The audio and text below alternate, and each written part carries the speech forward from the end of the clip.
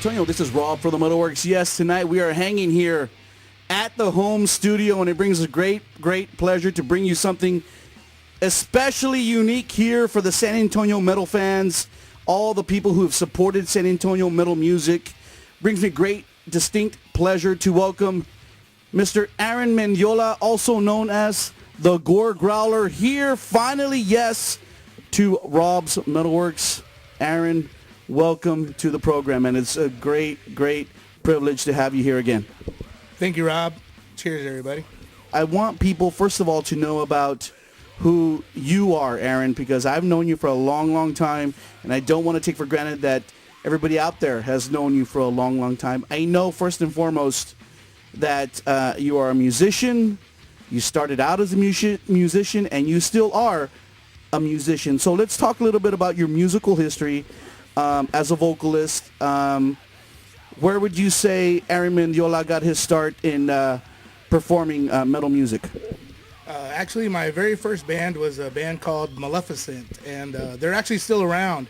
With the original member, well, one original member now. I was their second vocalist.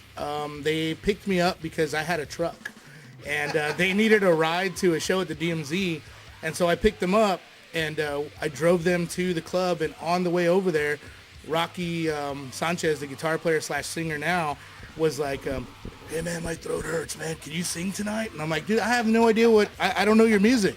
I don't know. He's like, it doesn't matter, dude, just say whatever, it's death metal, just growl. And I'm like, all right, well, let's see what's up.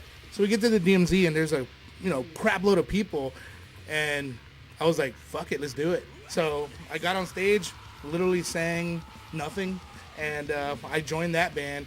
We did a few shows, played out in Laredo, Houston, I think Austin a couple times, and then my musical direction got a little heavier, a little faster, more into the brutal death metal, and those guys, I love them to death, stayed a little more on the style that they're in. So I'm like, all right, I'm going to venture off. And I started a band called Putrelage. And we did a couple of shows. I joined up with a few guys from Seguin, Texas. They were actually looking for a singer, found me at Hogwild. I had an ad at Hogwild. And the funny thing is, they called me, and I was having a house party that night. I was pretty wasted. And I didn't know this, but the guitar player actually recorded the phone conversation to show the other guys my death metal vocals, because he asked me to growl over the phone. But I'm drunk as hell because I was having a house party. Yeah, and so next thing you know, they called me back the next week and said, hey dude, we love your vocals over the phone, could come out and ski and try out. I'm like, okay. So changed their name. They were called Carrion. We ended up changing the name to Putrelage. I already had the logo. I had all the lyrics written. It was really gory ass shit. Like, I had a song called like Crumbled Genitals. It was about a guy who jerked off too much and his skin fell off, because he jerked off too much. So, that was my area of lyrical writing, hence the Goregrowler name. So we did a demo, and then we got picked up by a couple labels that ended up folding before we actually had the album out, and then another label called who was the last label that put us? Forever Underground Records actually picked us up, put out our album, and we did a tour. It was a really shitty tour. We played in front of nobody. There's more people here in this room tonight than there was at almost every show we played on that tour, but it was an experience, and we played in every state, and it was great. I mean, I had a good time. That band ended up breaking up due to just a lot of crap. I mean, just a lot of problems. And I ended up starting Exulcerate with a couple of other members from other bands. That band, I don't even know if we did a demo, and that got picked up by Comatose Music. We did an album. We didn't do a tour. Right before the tour, actually, that they did book, I had to quit the band because of a job I had. So unfortunately, I left the band at that time. They're still continuing too. Exulcerate's still around. Okay. So Exulcerate, I love you guys. Maleficent, love you guys. I did not know that. Putrelage, obviously, is a dead band, but we do reunion shows every now and then. Look out for that. And now I'm in a band called Engaged Mutilating with previous members of Putrelage and myself. And we did a demo and got picked up by Comatose Music, the same label that put out Exulcerate. And that's where we stand now. As a vocalist, a death metal vocalist, how long does Aaron Mendiola want to continue to perform and do music? As far as being a vocalist, my voice is already going out, so it's going to be funny. As long as my voice can hold up and doing the type of death metal vocals that I do, I plan on doing it until I can stop, until it goes out. You know what I mean? I love being on stage. The stage is my second home. What I tell people ever since the name Goregrowler got tagged onto me, when I'm off the stage, I'm Aaron Mendiola. Everyone knows me as just Aaron, the cool little kid that, you know, helps everybody out, bums cigarettes, drinks beer with everybody. But when I'm on that stage, I'm a complete different person. Pain does not exist. Happiness does not exist, because I bring out all my anger, and everything that's bothering me comes out on stage. You know what I mean? I let out all my aggression, and when I get off that stage, it's like a huge weight just lifted off my shoulders, and I'm just like back to being me again. And I'm like, fuck, I got bills to pay, you know, and I hate that. But some of us pay $90 a month for that therapy. You get it for free on stage, huh? You get it for free. I love it. It's free. I wish I could play a show every night. Let's talk about the name Goregrowler, because that is synonymous with Aaron Mendiola in San Antonio. Where did the name Goregrowler come from? Who came up with that name? Talk a little bit about that, because we all want to know. Honestly, or you want what I want to say? No, I want the real dirt truth. Was it one night in bed with one of your ex-lovers, or what happened? I made it up. You made it up. I made it up. One day I was just, I needed to come up with a name for what I do. I used to use like Grave Productions, because one thing you did not mention from my past is I used to do a fanzine. Actually, I started in the metal scene by doing a fanzine. I was only, 14 years old, doing a fanzine called Beyond the Grave. And so when I did Grave Productions, which was my first show that I ever booked, and I was only like 16 years old, I decided to put that away because it was too much stress for a 16-year-old kid to book a show. It was actually Cataclysm, Dying Fetus, and Monstrosity. And that was great, you know, because I love all those bands. And at 16 years old, I was starstruck and at the same time business. But it was too much pressure, so I stopped booking shows for many, many years. And then in 2007, when I did my first Goregrowlers Ball, I was like, man, I need a name. What do I sing about? Gore? What do I do? I growl? Goregrowler. That sounds good. So I came up with the name, and it's just stuck, you know? I created Goregrowler Entertainment, not as a nickname, but then people just started calling me Goregrowler, you know? And so now I can walk down to a show, and people are all like, hey, Goregrowler, instead of calling me Aaron. And, you know, it's cool. I don't mind. Let's talk about Goregrowler Entertainment, not the Goregrowlers Ball, just Goregrowlers Entertainment, because aside from the ball, you do a lot of shows, you book a lot of shows, you're bringing like some of the most brutal shows into San Antonio. I don't think anyone even comes close to you, in my opinion. Okay, so when you first started Goregrowlers Entertainment, what was your goal? What did you say, like, this is why I'm doing Goregrowlers Entertainment, because San Antonio is missing this? What did you say I can deliver as the Goregrowler to the San Antonio metal scene? Okay, well, that's a good question. Tony Chainsaw, who used to own the DMZ Clubhouse, is actually one of my major influences in why I even have Goregrowler Entertainment. Because he's a mentor? I would. I love that man. I see him all the time when he works the door over at 1011, and, you know, we talk shit, and I love that guy. But when I used to play at the DMZ Clubhouse all the time with Maleficent, we would play with bands that I had never heard of before. Bands that were just demo release bands. No labels. They were just bands that are on tour that needed help. And over the past few years, none of these promoters in town, no offense to everybody out there, they don't touch those bands. They touch the big label bands. They touch the bands that can draw. They touch the bands that can sell out a venue. And I understand that that is cool. I love that. Can I say something with that? Yes. Can I say something, someone who is part of the scene and knows the politics and the mechanics of it, is that I think that alone says a lot about who you are, because a lot of people in our scene, and I think we both agreed that we weren't going to name any names tonight,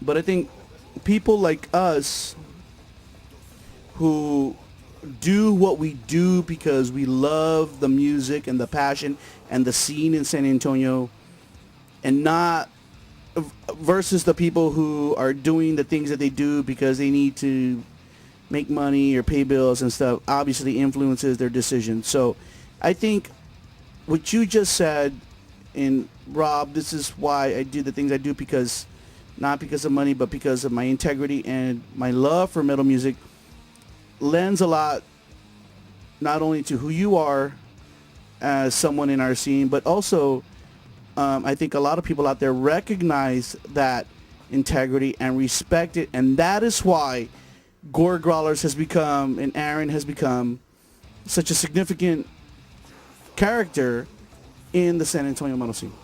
Yeah, I tend to agree. I mean, like I said, it's music first. It's metal first. It's not a personal gain. I mean, I have a day job. Goregrowler Entertainment does not pay the bills, obviously. If it's a small turnout, I mean, obviously the money has to come from somewhere, and guess where that comes from? My own pocket. And nobody really realizes that. They think, oh man, he must be making money on every show that he books. I mean, he's booking so and so and so and so and so and so.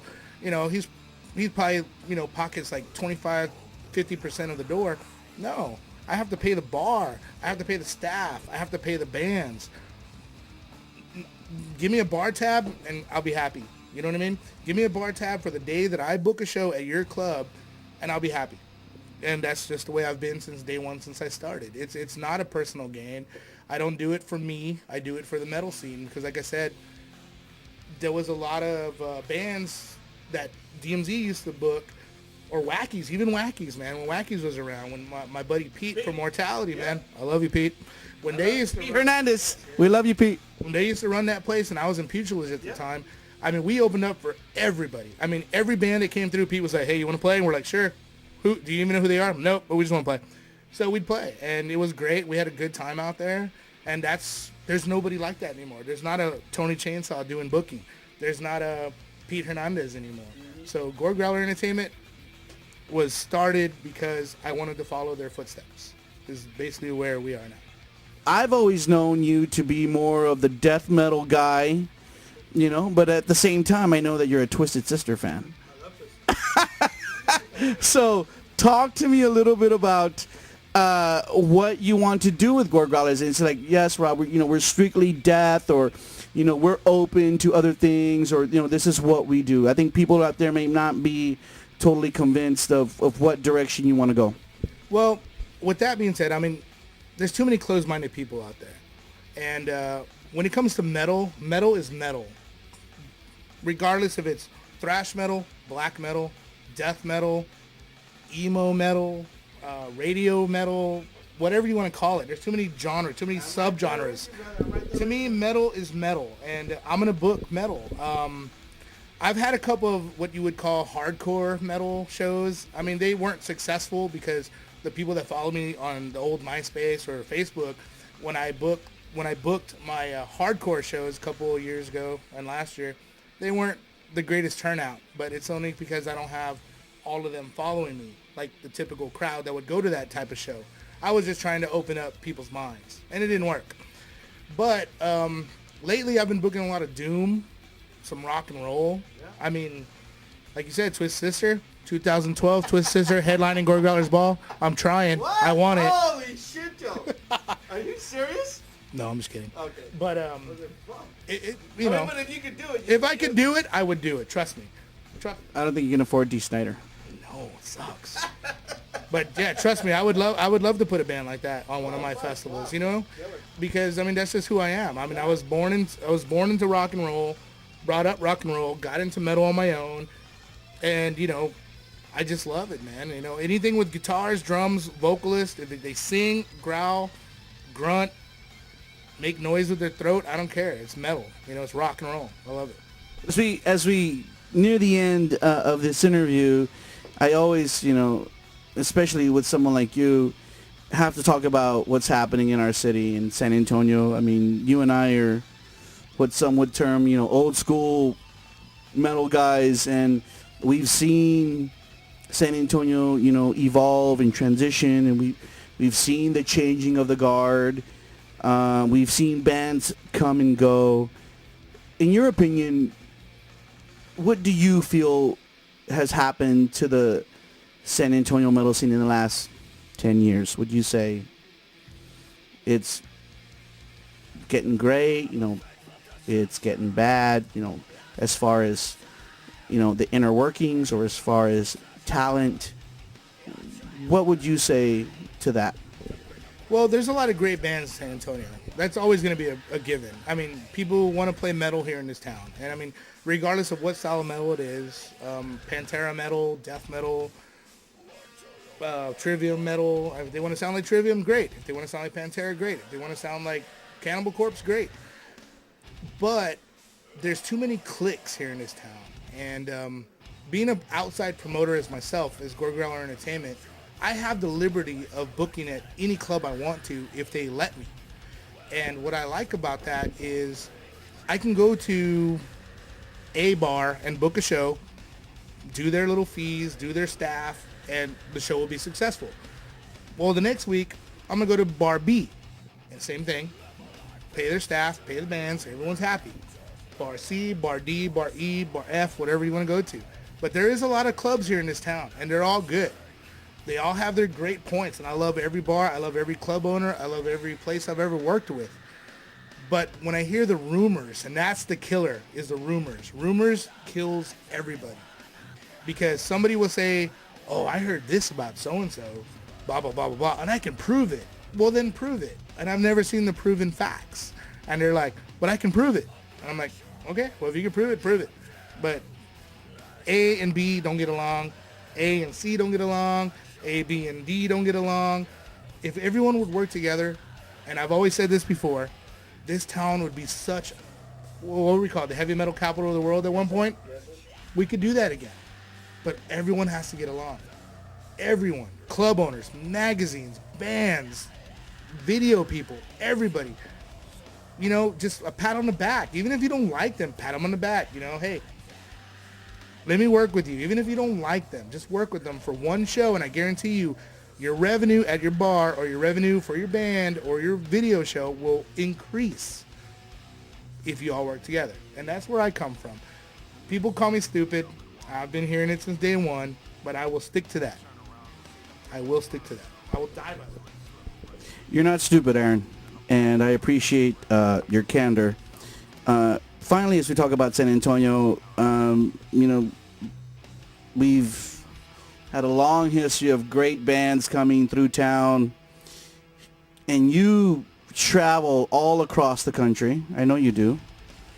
When you think about the market, not just our scene, but the San Antonio market for rock and metal versus what's happening in other markets and other cities around the country, how would you rate San Antonio? You think San Antonio's a player, or are we just fooling ourselves?